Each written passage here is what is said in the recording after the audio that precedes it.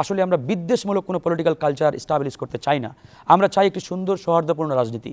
সেই জায়গা থেকে কেউ যদি মনে করে যে ভাই আমি আর আপনার সাথে কমফোর্টেবলি কাজ করতে পারছি না বা চাচ্ছি না, আমি নতুন করে কাজ করতে চাই, আমরা বলি ঠিক আছে, কোনো প্রবলেম নেই, আপনি যান কাজ করেন।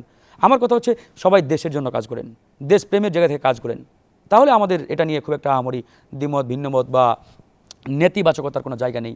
যারা গেছে বিশেষ করে আক্তার এবং আজকের যারা অন্তর্বর্তীকালীন সরকারের উপদেষ্টা, বিশেষ করে আসিফ মাহমুদ, নাহিদ ইসলাম, এটা তো একসময় আমাদের ছাত্র অধিকারী ছিলেন।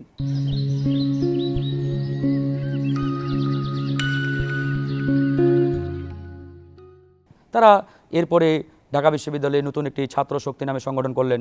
এরপরে বৈষম্য বিরোধী যে প্ল্যাটফর্ম, এই প্ল্যাটফর্মের মাধ্যমে দেশব্যাপী যে আন্দোলন হলো, এই আন্দোলনটা আসলে আমাদের সবারই ছিল, এটা একক কাউকে ক্রেডিট দেওয়ার কোনো সুযোগ নেই। এখানে ছাত্র, জনতা, কৃষক, শ্রমিক, পলিটিক্যাল পার্টিগুলো সবাই আমরা সম্মিলিতভাবে এই আন্দোলনটা করেছি এবং সফল হয়েছি। তো সেই জায়গা থেকে তারা যেহেতু লিড দিয়েছে, ব্যানারের নেতৃত্বে ছিল, সেই জায়গা থেকে তারা অন্তর্বর্তীকালীন সরকার গঠন করেছে, আজকে তারা উপদেষ্টা। আমরা সবসময় তাদেরকে সাধুবাদ জানাই, ধন্যবাদ জানাই। এটা নিয়ে আমাদের খুব একটা কন্ট্রোভার্সি কোনো পজিশন আমাদের নেই, আমরা সাধুবাদ জানাই।